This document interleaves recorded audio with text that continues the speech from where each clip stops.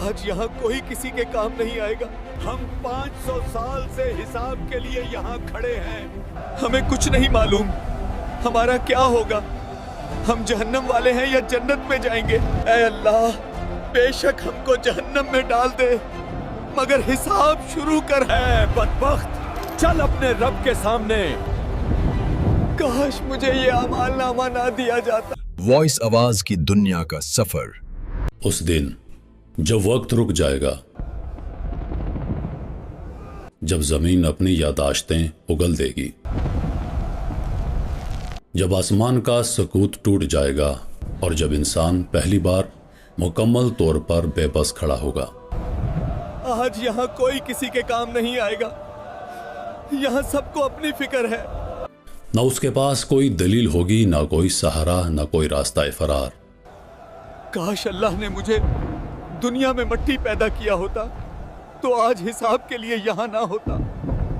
اس دن انسان کو پہلی بار یہ احساس ہوگا کہ وہ دنیا میں جتنا بھی طاقتور، جتنا بھی با اختیار، جتنا بھی آزاد نظر آتا تھا، حقیقت میں وہ ہمیشہ سے اللہ کے سامنے ایک محتاج مخلوق تھا. لوگ ایک دوسرے کے بالکل قریب ہیں مگر کوئی کسی کو دیکھ نہیں رہا. ہم 500 سال سے حساب کے لیے یہاں کھڑے ہیں مگر اب تک حساب شروع نہیں ہوا. ہر آنکھ میں خوف جمع ہوا ہے، ہر دل تیزی سے دھڑک رہا ہے، ہر سانس بھاری لگ رہی ہے، کیونکہ سب جانتے ہیں کہ یہ وہ مقام ہے جہاں سے واپسی ممکن نہیں. اے اللہ بے شک ہم کو جہنم میں ڈال دے مگر حساب شروع کر، ہم سے اور نہیں سہا جاتا. یہ وہ جگہ ہے جہاں صرف حساب ہوگا اور صرف سچ بولا جائے گا. حساب کب شروع ہوگا؟